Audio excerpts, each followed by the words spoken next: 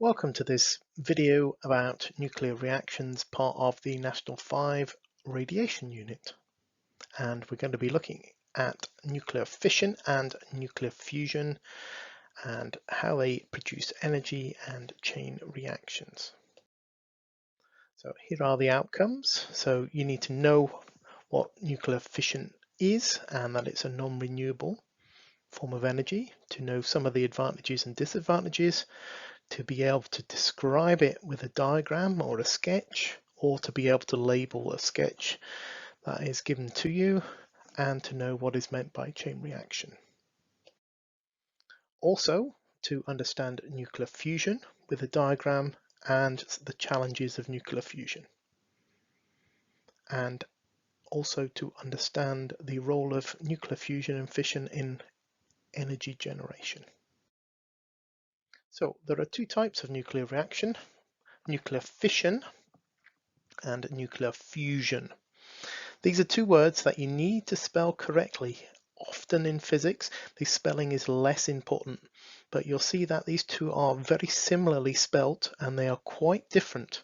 So it's important that you get the spelling completely correct. Otherwise, in a particular question, it's not clear which one you are talking about. So both of these nuclear reactions produce energy, but nuclear fission is currently the one that is used in nuclear power stations.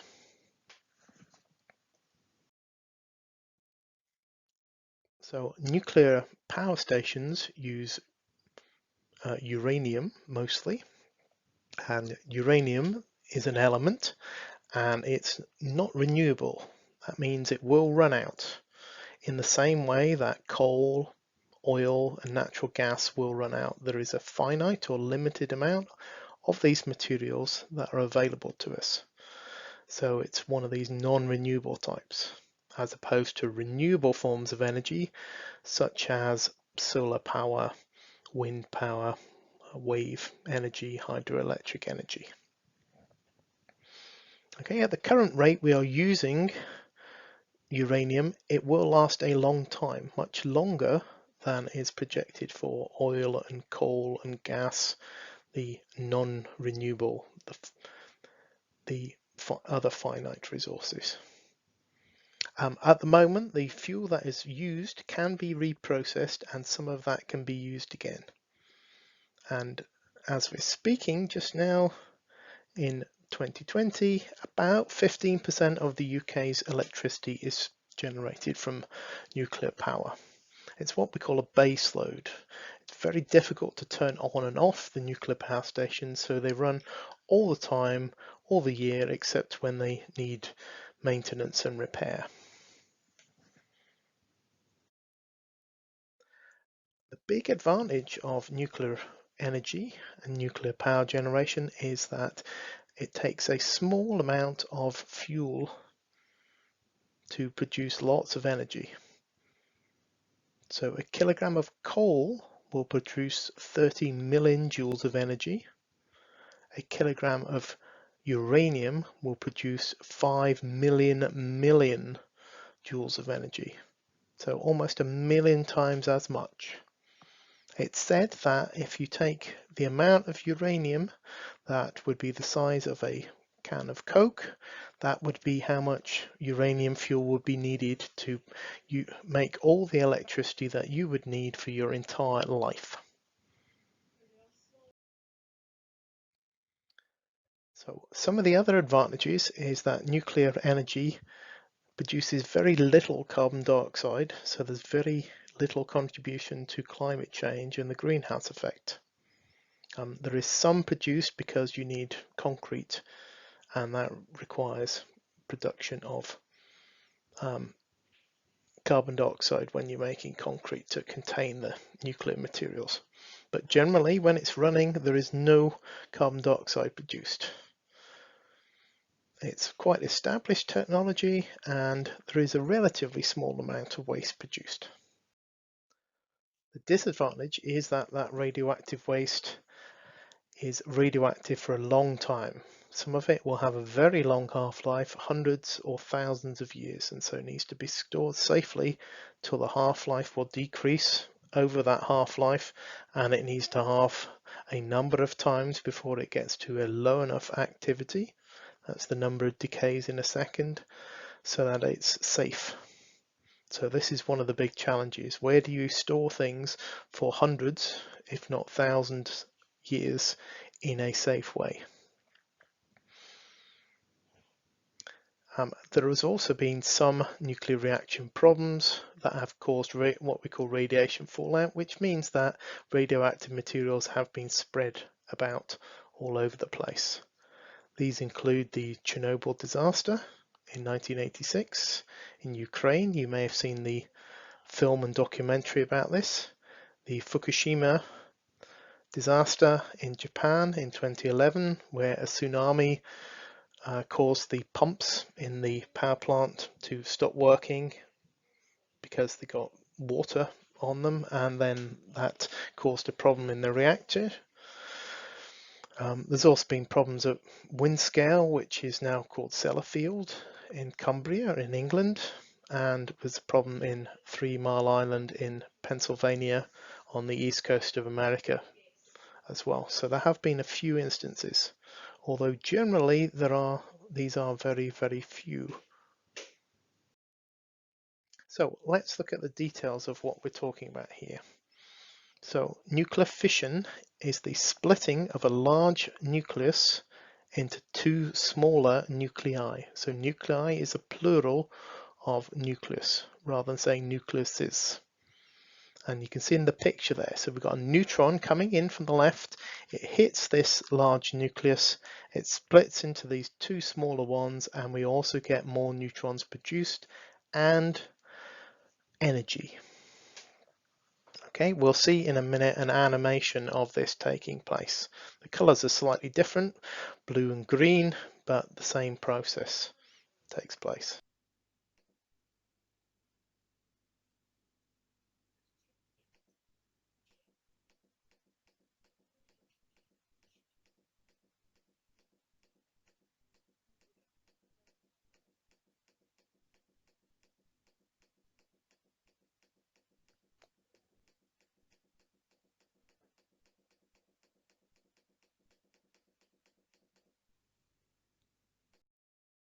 Okay, so in that film you could see the blue neutron was hitting the large nuclei made up of blue and green particles because the nucleus is made of protons and neutrons, and then splitting up and making more neutrons and energy, as shown in this diagram here. So this is a fission reaction. Sometimes these smaller nucleuses are called fission fragments. It's fragments, pieces of the original larger nucleus. Okay, so here's another picture showing the same thing. So one fission reaction produces a very small amount of energy, perhaps as little as 2 times 10 to the minus 11 joules of energy. You can see how small that number is there. So to make sufficient energy to heat up water, to turn it into steam, to turn a turbine, to turn a generator, we need lots and lots of reactions taking place. This is caused by what we call a chain reaction. So in a chain reaction, a neutron causes the fission reaction, just like the animation that we've seen in the picture, and then this creates more neutrons that we saw, and these neutrons then cause further fission reactions. So they go on and split these large nuclei, often uranium, releasing more energy. And so we go from having 1 reaction to 3 reactions. And then those 3 reactions will each cause 3 each, so that'll be 9. And then those 9 reactions will each cause 3 each, so that'll be 27, etc. So we get an exponential increase in the number of reactions. Okay, we'll see this animated in the next slide.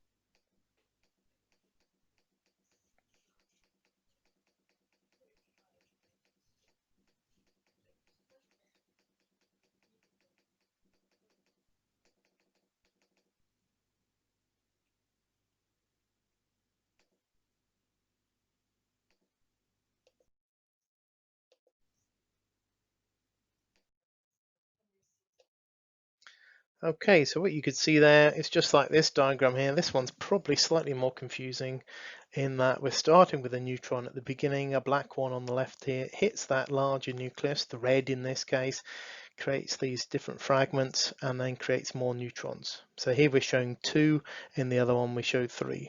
So we're getting an increase in what's taking place, an increase in the number of reactions.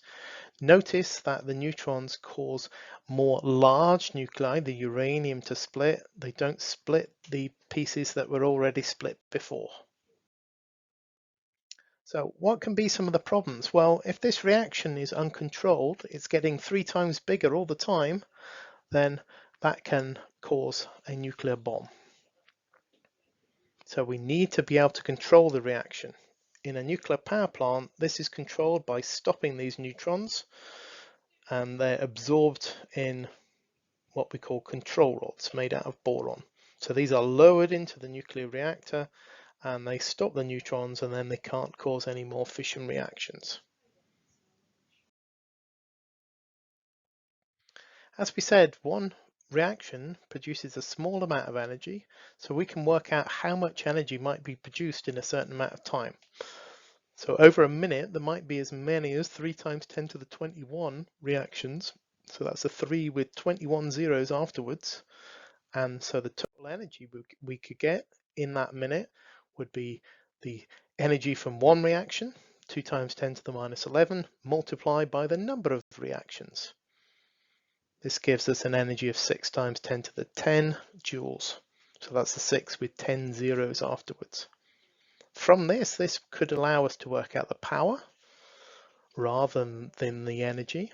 Power, as we'll meet later on in a number of the topics, is the energy produced in a second or the energy used in a second.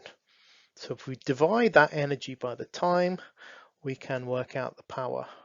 So in this case, 6 times 10 to the 10 divided by the time in seconds, 60, because we had 1 minute, gives us 1 times 10 to the 9 watts, or 1 gigawatt of power.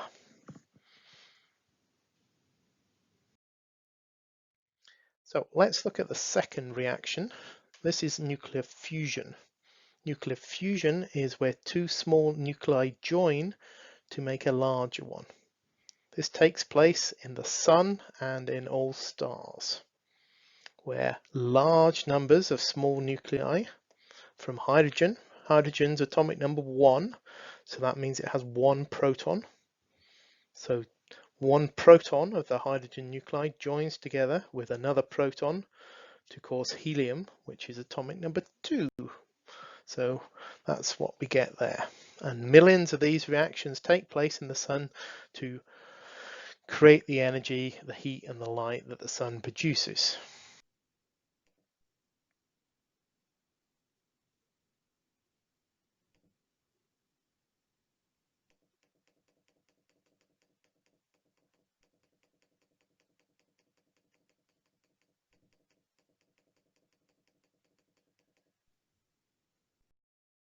Okay, so we could see there that it was joining up together, these small nuclei. And so we join up things, we fuse, we join things together. You might have heard the word fuse in more normal language. Sometimes we talk about kitchen being a fusion of flavors, the joining of different flavors together. The nuclei in atoms are made up of protons and sometimes neutrons, so they're positive. These positive charges, we might recall from S3, repel each other when we bring them together. So it takes quite a lot of energy, high temperatures and pressures, to force them close enough together to join. And this is the real challenge of nuclear fusion. So it takes place in the sun, but if we want to create that in a nuclear fusion power station, it can be really difficult to do because we need these really high temperatures and pressures. We need temperatures about 100 million degrees, and the challenge of that is, what do we hold this stuff in that's making the fusion reaction? If the temperature is so high, normal materials would melt. So we need special materials, special metals, but we actually don't hold them directly with the metals. We hold them in a magnetic field. The picture at the bottom there is showing this donut type shape. It's called a tokamak. a toroidal shape, and it basically contains this plasma, the plasma being ionized gas of positive charges that are there. And so we're containing this nuclear fusion part together and keeping it in this magnetic field. So it doesn't touch the sides, so the temperatures at the walls are high, but they're not as high as the 100 million degrees that we need for the reaction to take place.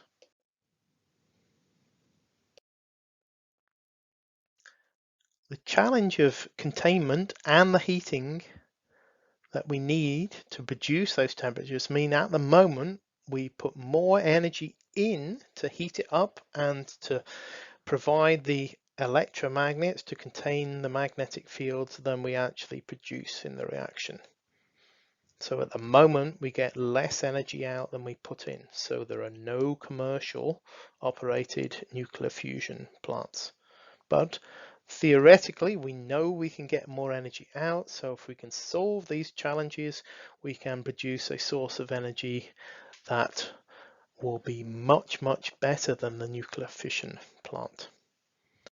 The reason it's better is because we can get all the fuel that we need from seawater. There is little radioactive waste, and what we do produce has fairly short half-lives. And we can control the reaction really, really easily. If it's not hot enough, it doesn't take place.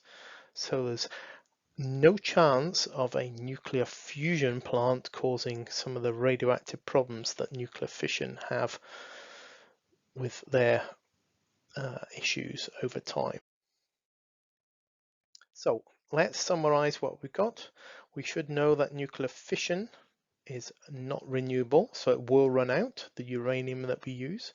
We should know some advantages, that we get a lot of energy from a little amount of fuel, that we get no carbon dioxide, no greenhouse gases for climate change. We should know disadvantages, that it's fairly expensive, that it produces radioactive waste that we've got to keep for a long time. We should be able to label the diagrams, the neutron, the large nucleus, the smaller nuclei, and more neutrons.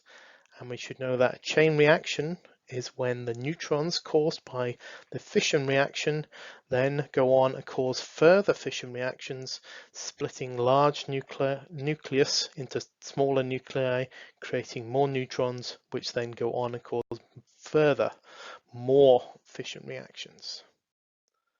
We should be able to describe fusion with a diagram, the smaller nuclei coming together to make a larger nucleus.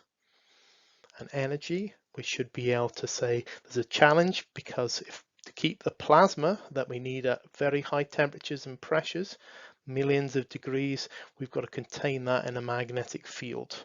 And that takes more energy than we put in to get out completely. And we should know that both can be used for the generation of electricity because the heat energy that is produced can then heat up water to turn it into steam to turn the turbine to produce electricity in the end. But at the moment, it's just nuclear fission that is playing a role in the UK and worldwide electricity generation.